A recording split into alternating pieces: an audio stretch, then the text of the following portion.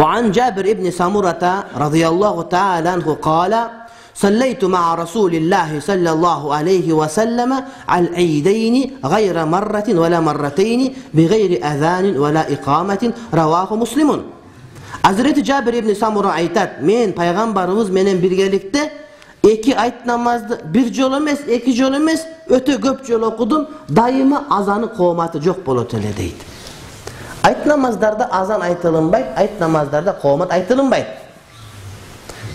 Bolgonu as-salatu jami'atun. Cemaat namaz baştalıp kaldı. Ayet namaz baştalıp kaldı dep kıykırganca saffan saffan saffan saf dep sap baştaldı dep kıykırıp aytır azan menen qomat bere turgan malumatты berip adamdарды cemaat ayet namazga çıkırıp algandı alımlarımız müstahap dep bilişedi. Demek azan aytılınbayt, qomat aytılınbayt. Urmatlı cemaatlar, saptar tegiz alыңыздар dep anan bizdin borborduk meçitте аянтта kıykırgандай kıykırıp adamlar namazga toplop algan müstahap, birok azan jana qomat aytılınbayt. Bir uçurlarda azan jana qomat aytıp jiberишкен. Al bid'at. Bid'at. Anan janağı tasbihler var emesmi? 33'ten tasbih tartkanlar, bul dagı 5 bal namazdıkı, jana cuma namazdıkı. Al ayet namazdıkı emes. Bir yerlerde ayet namaz bitkenden endi tasbihleri tartıp başka kılıp zikir çalıp bitirişet. Yok al 5 mal namazga tiyешeli. Hadisin özünde gelet. Bu yerde oşol namaz bitöre menen paygambar hutbaga çıkıp anan hutbasını okup keteret. Hutba iki hutba okulat. Oşol iki hutba okulatı kanday? İbn Mas'ud'dan rivayet kılgan hadiste paygambar hutba okup anan bir olturup kayra turup ikinci hutbasını okudu degen rivayet dayıf rivayet. Oşonun için kebir alımlar ayet namazda bir ele hutba okulat deydi. Ayet namazda turup öyle hutbanı okup bitirösün, oturup kayra turup ikinci hutbanı okuvaysın deydi. Birok Hanafi alımları, jana cumhur alımlarının köpçülüğü ayet namazdagı hutbanı cuma hutbaga salıştırıp durup cuma namazda iki hutba okulganda ele ayette da iki hutba okuyubuz. Antkeni cuma namazında hutba farz bolsa, ayet namazında hutba farz emes, bul vacip, sünnet, vacip dep aytılınat da sünnetten jogorı kal, ошондуктан ошого salıştırsak bolot deydi. Birok ошого karabastан Allahu ala Maliki maskabandagı alımlar bir ele hutba okusa bolot dep aytışat. İki hutba okuyubuz biz. وعن ابن عمر رضي الله تعالى عنهما قال كان رسول الله صلى الله عليه وسلم وأبو بكر وعمر يصلون العيدين قبل الخطبة متفق عليه. Hazreti İbn Umar aytat. Peygamberimiz aleyhisselam, Hazreti Abu Bakır, Hazreti Umar ayet namazlardı hutbadan murda okuytele deydi. Karasana Osmanlı koşboya koydu. Peygamberimiz namaz okuval hutba okuytele, Abu Bakır namaz okuval hutba okuytele, anan Hazreti Umar da namaz hutba okuytele dep durup, anan naragın koşboya ötüp ketip kaldı. İbn Umar. Emne üçün dese Hazreti Osman bir jolu hutbanı okup alıp keyin ayet namaz okugandığı bar deydi. Birok bu rivayet dasteverli emes, sahih emes rivayet, dayif rivayet dep aytышат. Birok sahih bolgon günde dagı anda başkaça meselesi var deydi. Birinci meselesi Hazreti Osman halife olup ar cuma sayın cumaga çıkıp oturup anan ayet bolup ayetка çıkkanda oşol cumada ile görüp barıp birinci hutbadan başlap aldı deydi. Adam unutup kaldı ayet ekenin. Bu adam köp çoğulup dursa cuma eken dep estep cumada jana adatda birinci hutba okulasın go. Oşonda elestetip barlı hutbaga çıkıp aldı deydi. Oşentip öyle cumada görüp hutbaga çıkıp ayetin hutbasını başlap alganda ana adamlar hutba giyin. Hazır namaz dep aytkanda kolumda kılıp öyle boldu öyle hutbasını bitirip namaz okup koydu deydi. Emnege Hazreti Osman oşol hutbasını toktotup namaz okup kayra hutba okugan jok deydi. Dese Hazreti Osman bilet sünnet hutba giyin bolut, namaz birinci bolut. Birok oşentip okup koysoň ziyanı tiyebey. Antkeni namazdan giyin hutba bolut degen tartip bul uşunday mildettүү emes. Oşentip okup koysoň dürüs bolut, anda namaz buzulbayt. Antkeni hutbanın özün okupa koysoň dele namaz, ayet namaz dürüs bola beret ayet namazda. Dep oşonun dürüs ekenini bildiriş üçün hutbasını buzbay ulantip bitirip turup anan ketdi. Birok kiyinkilerinde namazdan giyin hutba okudu. Bir jol uşunday okuya bolgon. Oşonun üçün Hazreti Osman bul jaka koşkan jok deydi. Tuganda şununlarby? Oşonday mesele var. Demek tartip sünnet ayet namaz okulup ana hutba okulat, ал эми жума намазда хутба окулуп алып туруп кийин айт намазы окулат. Бирок Мирван ибн Хакам бул аны бузду. Бузганы кандай болду? Адамдар азыркыда патырап кеткенде, ошону дагы ассаламу алейкум ва рахматуллах, ассаламу алейкум ва рахматуллах дегенде, эч ким хутбаны укпай эле патырап бардыгы жөнөп баштайт экен дагы, имам алхамдулилlah деп чыгып таппай калат экен. Кой, андан көрө адамдар турганда байлап алып хутбаны окуп алып туруп, анан кийин намаз окуйлу деп, ошондо иштихат кылган кээ бир өкүмдарлар болгон. Бирок ал өкүмдарлардын кылгандыгын сүннөттө эч ким айткан эмес, бул бидат, бул туура эмес, андай кылбаш керек, тартиби мындай деп алымдар айтып олтуруп, алардын доруптөрү менен кайрадан хутбаны аркага жылдырып коюшту. Бир долор ушундай болгон. Урматтуу бир тууганым, ар бир убакта ошол убактагы өкүмдарлар өздөрү бир нерсени чала бучук түшүнүп алып, анан ошол ушундай болуш керек деп киргизип койгон менен, аны менен тарыхтын гана бир азыраак учурунда бул кара тамга менен жазылып калган болсо андан дин бузулуп кетпейт. Бир убакта ушундай бир өкүмдарлар болгон, Кур'ан-ы Каримди махлук деп айтыш керек деп элдин баарын коркуткан. Бирок ал өлөөрү менен акыйкат кайра ордуна келген. Ошон үчүн акыйкат чынындаган бузулбайт. Кимдир бирөө зор деп киргизип койсо башка кылып ошондой кетип калбаш керек. وعن ابن عباس أن النبي صلى الله عليه وسلم صلى يوم الفطر ركعتين ولم يصلي قبلها ولا بعدها متفق عليه. Bukhari Müslim rivayetinde İbn Abbas'tan Peygamberimiz Aleyhisselam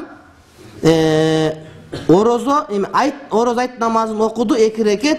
Ayt namazdan murda da okugan yok, andan keyin da okugan yok deydi.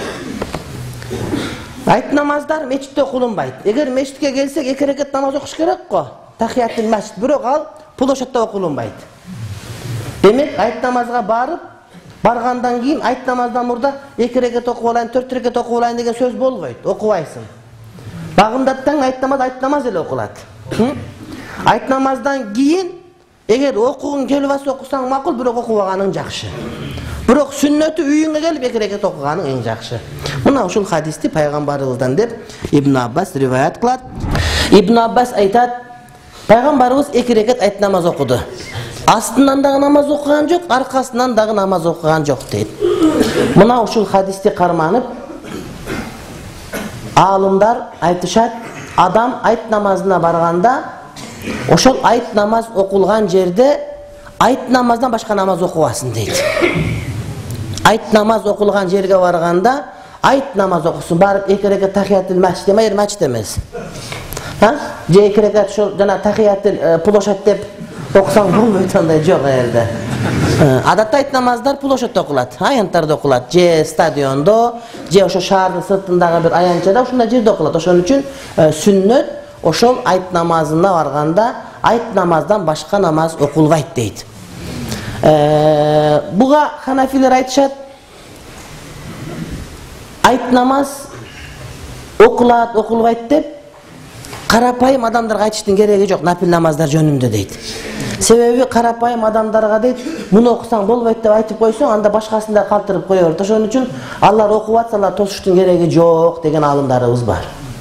Мисалы үчүн жанагы багында окуп атканда же күн чыгып баратканда намаз макруh болот дейбиз го, же харам болот дейбиз. Ошон илимдерге айта беребиз. Анан бирок кээ бир адамдар бар, ошол адамга сен ушунда окуба, бул убакыт макруh, бул убакыт макруh десең, макруh болот деп отуруп таппай отурат, анын сайын окубай коюп, баарын таштап коет дейт. Аны мен ошону китептен окуйт элем, азыр ибаратты окуп берем. Анан Меккеде кошунабыз бар, Анас дейт элек. Анас дейт элек бир 150 килограммдык берекелүү киши эле. Аны экөөбүз лифтке чыгып калып жөнөп калдык. 3-сүндө кетип атабыз. Айтты: "Я шейх, сизден бир сабалым бар." Айт. "Не сабалың бар?" Өзбекче сүйлөйт, Афганистандык өзбектерден. Аны Абдул Халим жүдө көп гапырады. Көп сүйлөйт дейт Абдул Халим. Ал Тажикстанда бир тажик бала. Неме деп гапырады деп айтсам, айтат: "Бу мунака окусаң макруh дейди, мунака окусаң харам дейди. Неме кылышты билмек, хаммасын ташлап койдум." Андай окусаң макруh, мындай окусаң болбойт дейт. Анан таппай кеттим дагы, только азан айтканда окуйм, азан айтпаган такыр окубай коем, нафил намаздын баарын таштап койдум. Туура кылдым да дейт. Ана мен ошол жерден жанагы сөз оюма келди, мен айттым: "Жок, сиз дедим, ушу колуңуз бошогондон окуй бериң, сизге боло берет." Десем, Абдул Халимге айттыр: "Шейх Чубахнын китаплары жүдө көп. Sen 4 kitabın var halas. Sen bilbeysin, gördün? Vatandan kelgen moldalar üçün jakşı sen vaka bolup ketkensin. Dep аны uruşup andan keyin amal kılıp kaldılar.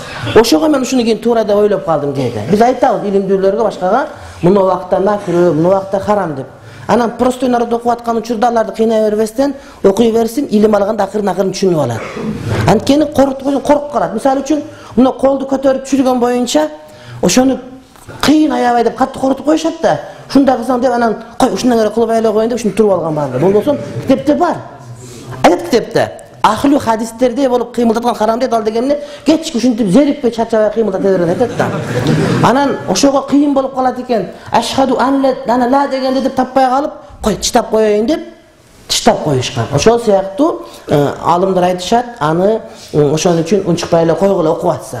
А бирок илим бабында мондай бир сабак болгондо айтылыш керек. Анткени ошо отургандардын бардыгы ошол билген маалыматын алым. Силер билесиңерби?